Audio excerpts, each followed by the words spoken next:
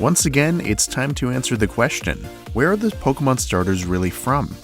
That's right, despite their popularity and power, we hardly ever see where these guys originate from in the wild, like every other non-legendary Pokemon. So last week I started to answer that question, digging into the potential towns, routes, forests, lakes, and caves that Pokemon starters from generations 1 through 4 could originate from, depending on interpretations of their Pokedex entries, origins, powers, and relationships with other Pokemon and nature.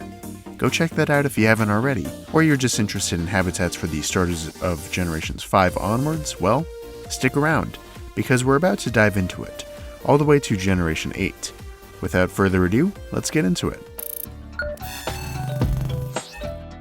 To start off today's video, let's head to Unova, another massively diverse region in terms of landscape, tons of extreme habitats all interspersed between what is likely the most urban region as well, so plenty of potential homes for this trio of starters. First up today, Snivy. This little guy is fairly generic, and could be any kind of snake or legless lizard, but seems to be based off of garter snakes. These snakes live all across North America, really, in a variety of habitats, so we can't find a perfect fit in Unova based off of the inspiration alone. However, one common element of these snakes is that they all live close to water, whether that be in a pond, river, or stream. That's because they mainly feed off of amphibians, which all live in the water or at the water's edge. So let's look for a secluded area in Unova, close to a river or a wetland. Luckily, the Pinwheel Forest, both the interior and exterior, has both. This dense, overgrown forest seems like the perfect match for these vine snake Pokemon, both due to the proximity to easy prey like Tympole, which they already have the type advantage against after all, but also, the forest is really dense and overgrown. As Servine's Pokedex entry tells us, they avoid attacks by sinking into the shadows of thick foliage. So this dark, wet, and lush forest in eastern Unova is perfect for the sly and vicious snake family. Now time for Tepig. This is another difficult one to pinpoint with any certainty, since pigs are by and large a domestic species, and the wild variants like razorbacks or hogs are found pretty much anywhere off the beaten path in temperate climates of the United States and Europe. So let's think more about the Tepig family specifically. The Pokedex tells us that Tepig loves to eat roasted berries, and for its evolution Pignite, well, the more it eats, the more fuel it has to make the fire in its stomach stronger. So it's safe to say that these Pokemon build up their highly combustible powers by living somewhere where it's easy to forage food off the ground with those big snouts. After all, pigs are omnivorous scavengers, so let's look for a nice big open area. How about Flachessi Town in southwest Unova? This is a massive farm that is known for being a sanctuary for all sorts of farm animal type Pokemon. With plenty of fertile soil for growing crops, that Tepig could definitely take advantage of as it builds up its powers. Perhaps the original settlers of Unova brought this Pokemon over as they colonized the region and they built farms. Plus, the nearby Verbank complex is a neat added bonus. Perhaps Tepig and its propensity for building up gas in its body as fuel for fire was the inspiration for machinery that we see at the complex. Or perhaps vice versa. Perhaps the nearby gas production led to a bunch of wild Tepig inhaling it and gaining its fiery powers because of it. Either way, placing this family at the nearby Flachessi Ranch seems to work. And to round out Unova, Oshawott. This is likely the easiest of the bunch, since we know that Oshawott is based off of sea otters, and to an extent, sea lions. Regardless, these guys need a habitat of cold, open ocean full of marine life and plants, that also has a nice shoreline with rocky, secluded shores where they rest. So let's rule out the watery landscapes on the two rivers bordering Castelia City. Firstly, there are no routes here, plus there are bridges, likely cargo ships as well, which would increase human disturbance of those habitats, and if we're going by real-life New York standards, pollution. So let's turn to the two unspoiled marine environments of the Unova region. Route 17 and 18 in the southeast are decent candidates, but they are both relatively short routes and they're kind of in the mouth of the East River, leading to the Sky Arrow Bridge. So how about Undella Bay, on the northeast coast of the region? We already know these waters are gentle, rich with life, and stretch for miles between the Undella Bay, Marine Tube, Seaside Cave, and Route 21. Plenty of options in the sea for hunting, playing, and exploring, with plenty of secluded shorelines, islands, rocks, and caves for resting. So we'll place their habitat squarely at the center, in Undella Bay. Now onto Kalos, perhaps the most overlooked group of starters. This trio starts an intriguing trend of starters becoming more humanoid. thus taking on more cultural characteristics and behaviors as they evolve. So we'll have to keep that in account as we explore the relatively diverse Kalos region. First up, Chespin. This shouldn't be too hard, as Chespin is based off of both chestnut plants and hedgehogs, two living species which share the same habitat in Europe, being found in temperate forests, grasslands, and gardens. So a lot of locations in Kalos would be fitting, but let's obviously focus on a more naturey environment.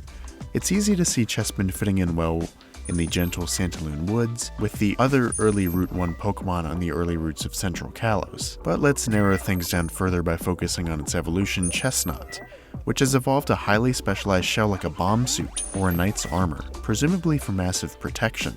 I find it hard to imagine that this protection would evolve in an environment with little in the way of massive predators for this family. So let's turn to the winding woods on Route 20 in the east.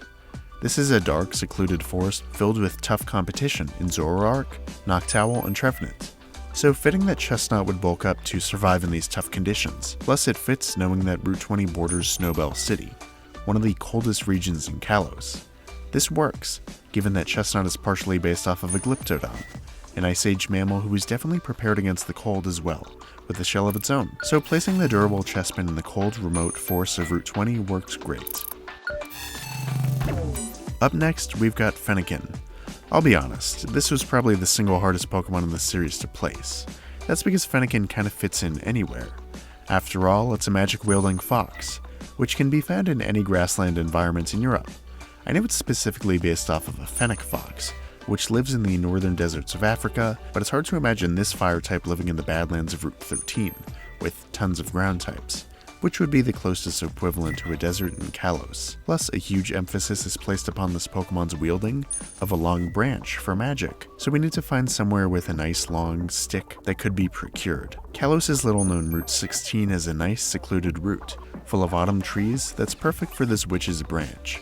Plus, it has a nice countryside vibe that seems perfect, with this family's specialization as a mage or a witch, which are commonly associated with rural or overgrown areas.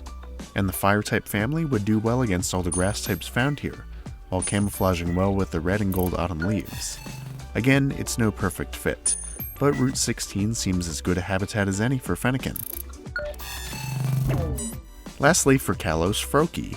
This shouldn't be too hard to find a home for. After all, Froakie is based off of any number of frog species who live in wet environments, where they lay eggs in a foam-like nest. They're also well adapted to live in trees and run fast, evidenced by Froggedier's athleticism and living in wet, marshy environments, shown of course by Greninja's propensity to shoot water and shurikens. Its feet are also webbed, to be adapted to swimming or wading in shallow water, because the Mizu-Gumo devices said to be used by ninjas were created with this webbed, buoyant form to allow traverse over rice fields or flooded wetlands. So naturally, this all places Froakie and company in Route 14, an overall wetland environment with a mix of bogs, grasses, trees, and ponds, perfect for this amphibious clan of stealthy ninjas. Now we move on to Alola. It goes without saying that this is yet another extremely diverse region, full of memorable environments and tons of human influence through culture and tradition, so we really shouldn't have any issue finding a home for this trio. First up is Rowlet, my all-time favorite starter Pokemon and Alola's resident owl, possibly based off of the Pueo or extinct stilt owl, two species native to Hawaii, known for inhabiting its lush forests and grasslands. Now we know these Pokemon bear many similarities to real-life owls, such as hunting at night and living in trees. We also know that as grass types, they rely on photosynthesis to build up their powers, especially if it's somewhere that gets lots of sunlight during the day, but it's pretty dark and dense at night. So why don't we focus on the lush jungle of Akala Island? A tropical rainforest perfect for soaking in sunlight during the day and perching in those massive trees at night. We also know that it has a nocturnal activity due to the presence of the bioluminescent Morolo, which Decidueye could easily prey upon. So this tropical rainforest seems like the perfect home for this band of grassy nocturnal hunters. Next up is Litten. This is an interesting one, since I honestly think Litten was a domestic Pokemon even before it was a starter. We already know that several Pokemon in Alola have taken on distinct characteristics due to the cities in the region having enough resources but not enough pest control, leaving these Pokemon digging for scraps and becoming dark types in the process, due to their gluttonous and spoiled natures. So my theory is that Litten at one point long ago was probably brought to Alola as a different Pokemon. Perhaps a pure fire type or a normal type feline, before living alongside humans for the entirety of Alola's colonization, where it became accustomed to the city streets, getting in fights in alleyways, perhaps stealing food, picking up that dark typing. Maybe, unlike other starter Pokemon, these Pokemon were chosen to be starters because of their overabundance and status as nuisances, so their designation as starters limits their feral populations. Regardless, it's hard to find one specific city in Alola for these Pokemon to call home. However, the whole of Akala Island seems like a good fit, not only because it's home to both Konikoni and Hiahia City, two important trading ports that could be home to a lot of imported stowaway Pokemon, but also because Akala Island features the Wela Volcano Park, a volcanic mountain that could explain Litten's adoption of the fire typing, and Royal Avenue, a place where battle royales are practiced, which could explain Insanora's human behaviors and stances. The whole of Akala Island seems perfect for these feral dark-type Pokemon. To wrap up Alola, let's focus on Popplio. This Pokemon is a fusion between an opera singer and a Hawaiian monk seal, a pinniped native to the Hawaiian Islands. These animals, just like Popplio, live on various beaches and rocky coasts, heading out to shallow waters to hunt for prey like mollusks, fish, and other marine life. We know that there are plenty of great beaches in the Alola region, both secluded rocky shorelines and warm touristy beaches. To me, Popplio seems like a good fit for a nice warm beach, given this Pokemon's preference towards entertaining humans and hanging out in big colonies. The Hau'oli City beach seems too crowded and artificial at this point. But how about Hano Beach in Akala Island? This beach is nice and warm, has tons of Pyukumuku for easy prey, a sand island and rocky outcrops in the water for them to lounge on and perform their various circus tricks. It seems as good a fit as any. So let's place Popplio on Akala Island's best beach. Now an interesting note.